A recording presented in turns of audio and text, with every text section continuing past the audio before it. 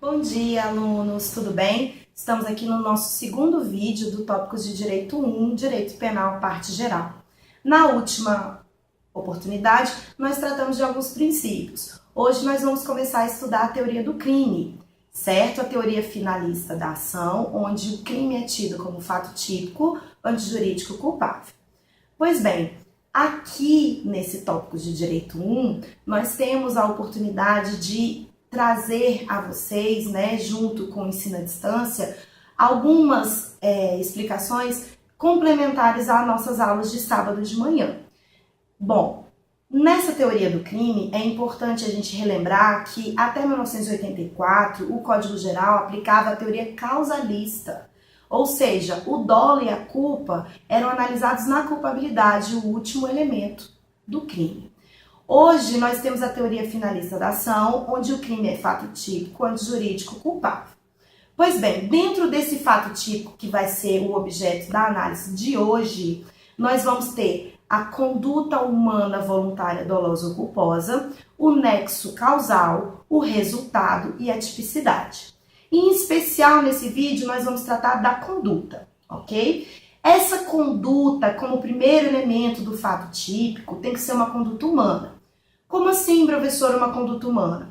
Nós sabemos que o ser humano pode instigar os animais ou utilizar qualquer meio para a prática de um crime. Então, a instigação de um animal feroz para que avance e afronte a integridade física de outra pessoa, a conduta a ser punida não é do animal, e sim do instigador, do agente, do ser humano que pratica essa conduta. Certo? Então, a conduta tem que ser humana. Essa conduta, segundo a teoria do crime, pode ser uma ação ou uma omissão. Ou seja, um fazer alguma coisa, um agir, ou uma omissão, deixar de fazer. Deixar de fazer simplesmente por deixar de fazer, ou um deixar de fazer para impedir o resultado, como nós temos nos crimes omissivos impróprios, onde o garantidor, aquele que a lei determina que impeça o resultado, deixa de agir.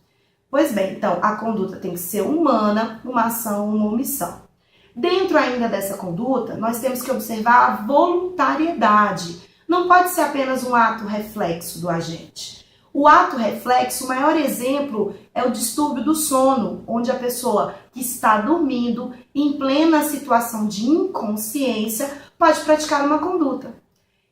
Nós temos relatos, principalmente em outros países, onde pessoas realmente praticaram condutas dormindo, mataram alguém dormindo. E esse estar dormindo tira completamente a voluntariedade da conduta.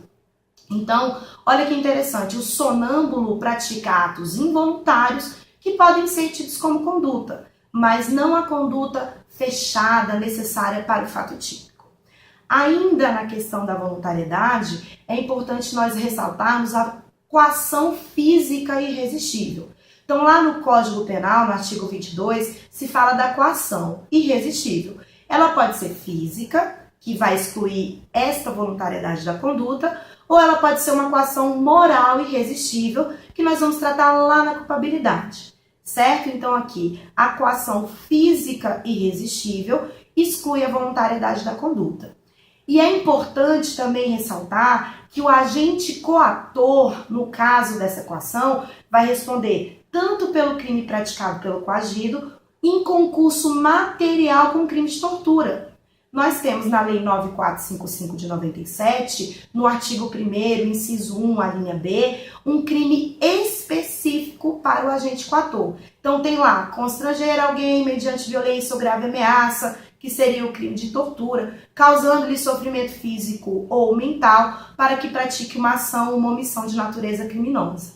Então fica claro que na coação física irresistível, o agente coator, além de responder pelo crime praticado pelo coagido, responde pela tortura.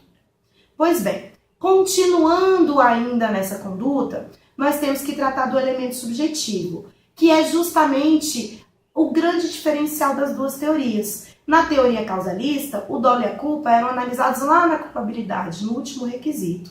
Aqui, o dolo e a culpa estão no primeiro requisito do fato típico. Então, eu vou perguntar logo de cara para essa conduta qual é a intenção do agente. Se ele quis o resultado, ele agiu com dolo direto. Se ele assumiu o risco de produzir o resultado, ele agiu com dolo eventual. E na excepcionalidade, quando a lei trouxer de forma expressa a modalidade culposa, ou seja, com previsibilidade objetiva, com a violação do dever de cuidado, pode se manifestar por 3 modalidades: a imprudência, a negligência e a imperícia. A imprudência é sempre um agir, um fazer algo descuidado. Então, é necessária a previsibilidade objetiva, é necessário o dever de cuidado e o agente age descuidado. Já a negligência é um deixar de fazer algo violando esse dever de cuidado.